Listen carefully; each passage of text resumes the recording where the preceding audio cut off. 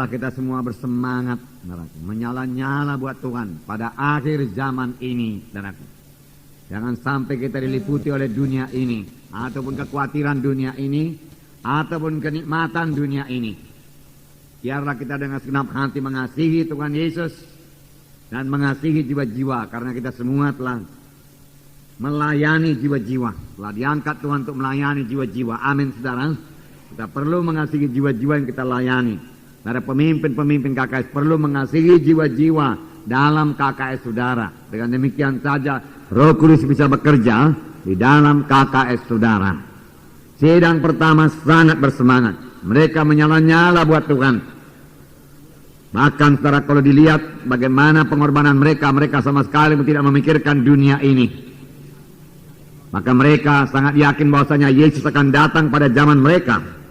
Mereka tidak berhenti bersaksi tentang kebangkitan Tuhan Yesus, yang menyebabkan orang-orang Farisi, Saduki, imam-imam sangat marah.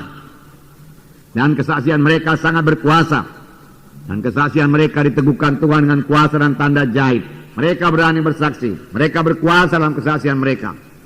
Sungguh apa yang dikatakan oleh Tuhan Yesus, kamu akan beroleh kuasa dan kamu akan menjadi saksi bagiku. Yerusalem, Yudea, Samaria, sehingga sampai ke ujung bumi. Jadi bagi mereka, Tuhan Yesus yang berkata, tunggulah di Yerusalem sampai kamu dilengkapi dengan kuasa dari Maha Tinggi. Mereka menunggu dan mereka dilengkapi dengan kuasa dari Maha Tinggi. Firman Tuhan yang berkata, kerajaan sorga bukan berdasar pada perkataan, tapi atas kuasa jadi atas mereka. Dan firman Tuhan ini masih berlaku sampai sekarang. Kerajaan sorga bukan berdasar pada perkataan, tapi atas kuasa. Kuasa Tuhan belum berubah. Kuasa Roh Kudus masih bekerja. Kuasa Roh Kudus ada pada sidang pada akhir zaman ini. Dalam sidang kita ini, sepanjang kita merindukannya. Amin. Nah, itu milik kita, saudaraku, milik kita. Saudara, kita sudah melihat, saudaraku, dalam firman Tuhan yang lalu, bahwasanya waktu pencurahan Roh Kudus yang pertama kali, saudaraku, di mana semua anak Tuhan beroleh Roh Kudus. Sebelumnya hanya kepada nabi-nabi, imam-imam, saudaraku, raja-raja. Tetapi kemudian Roh Kudus berdiam dalam hati mereka, saudara. Dan pada waktu itu Petrus berkhotbah, dan khotbahnya sangat berkuasa, khotbahnya sangat diurapi. Amin, saudara. Sangat berkuasa, sangat diurapi. Berubah Petrus, kita lihatkan pada firman Tuhan minggu yang lalu. Petrus yang tidak bertulang punggung menjadi kokoh, teguh, kuat dalam Tuhan. Roh Kudus mengubahkan Petrus. Roh Kudus tidak Roh Kudus, saudaraku, memakai Petrus. Petrus tidak takut lagi. Amin, saudara. Nah, itu bekerja Roh Kudus yang masih berlangsung sampai sekarang ini. Lihatlah perubahan yang terjadi pada Petrus. Rindukan itu supaya jadi bagi saudara. Dan saudara boleh mohon, Tuhan biar ini juga jadi kepada saya. Karena itu kehendak Tuhan. Dan sepanjang kita mohoni, yang kita mohonkan itu seturut dengan kehendak Tuhan, maka kita mengetahui bahwa Tuhan mengabulkan doa kita. Dan kalau kita tahu Tuhan mengabulkan doa kita, maka kita sudah memperoleh apa yang kita minta itu. Amin, saudara. Nah, puji Tuhan, saudaraku, puji Tuhan. Petrus berkhotbah dan khotbahnya sangat diurapi. Firman Tuhan berkata, urapan itu begitu kuatnya sehingga hati mereka sangat terharu. Dan mereka bertanya kepada Petrus, apa yang harus kami perbuat? Dengan tegas Petrus berkata, bertobatlah dan berilah dirimu dibaptis dan kamu keberoleh karunia Roh Kudus. Mereka memberi diri mereka dibaptis, mereka bertobat, dan pada hari itu jumlah mereka bertambah kira-kira 3.000 jiwa. 3.000 jiwa. Luar biasa, para luar biasa. Inilah pekerjaan Roh Kudus, saudara. Roh Kudus masih sanggup melaksanakannya. Tetapi apakah anak-anak Tuhan punya iman? Apakah anak-anak Tuhan, saudaraku, merindukannya dan mohon sungguh-sungguh kepada Tuhan? Tuhan mau, saudaraku, lebih banyak jiwa-jiwa selamat daripada selamat pada sidang pertama. Lebih banyak lagi persentasenya, amin, saudara. Nah, urapan seperti yang dimiliki Petrus ini bisa dimiliki oleh sidang akhir zaman. Bisa kita miliki sepanjang kita merindukannya dan mau membayar harganya. Saya terangkan dalam pertemuan cabang-cabang desa-desa supaya mereka lapar dan haus akan kuasa Tuhan. Lapar dan haus akan urapan Tuhan. Lapar dan haus akan hikmat Tuhan. Lapar dan haus akan kesembuhan yang daripada Tuhan, bukan hanya untuk mereka. Tetapi kalau mereka meletakkan tangan atas orang sakit, mereka itu sembuh. Mengusir setan dalam nama Yesus, setan pergi. Kita harus haus lebih dahulu, lapar dan haus lebih dahulu. Amin, saudara. Nah, panjang kita merindukannya, oleh sebab itu jadilah orang-orang rohani. yang mempunyai pikiran yang rohani, bukan pikiran yang duniawi ini.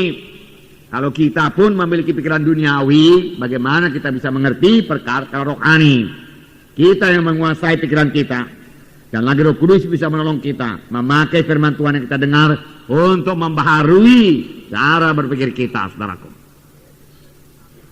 Petrus juga dilengkapi dengan kuasa dari Maha Tinggi. Karunia-karunia Roh bekerja dengan giatnya dalam dia. Karunia menyembuhkan, karunia mengadakan mujizat.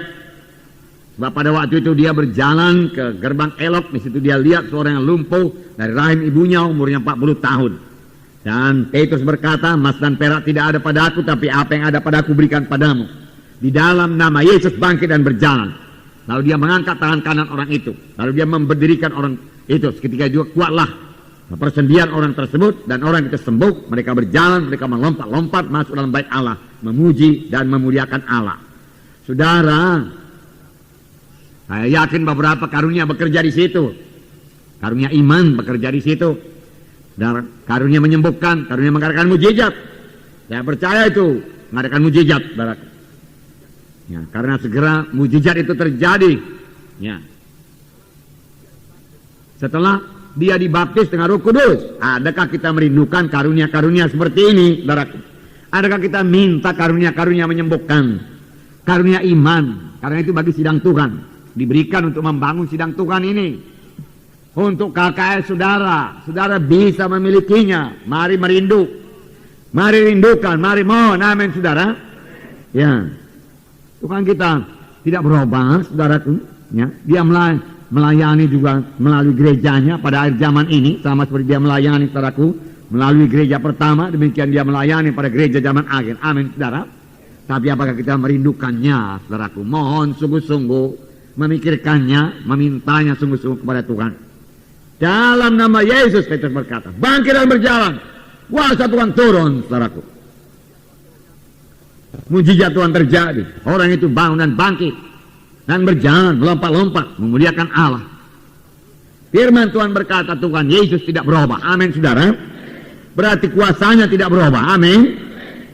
Berarti dia tetap maha kuasa. Tidak ada penyakit yang terlalu berat padanya. Tiada lumpuh yang terlalu berat yang tidak bisa dibangkitkannya. Amin. Punya iman seperti itu, saudaraku. Tidak ada penyakit yang tidak bisa sembuhkan Tuhan Yesus. Ya, tumor bisa sembuhkan Tuhan Yesus, kanker bisa sembuhkan Tuhan Yesus. Tapi lebih baik tidak disentuh kanker, tidak disentuh tumor. Amin. Ya. Tidak ada yang mustahil. Dia maha kuasa, tidak ada mustahil kepadanya. Tidak ada yang terlalu berat pada Tuhan Yesus, dan dia masih bekerja. Tuhan Yesusnya minta sama sebagaimana engkau percaya, jadilah padamu. Jadi padamu. Sama sebagaimana engkau percaya, jadi padamu. Tuhan Yesus berkata, baik bagi kesembuhan kita sendiri, kalau kita percaya kita disembuhkan Tuhan, jadi pada kita. Kemudian kita mulai bersyukur, terima kasih Tuhan oleh firman-Mu sudah sembuh.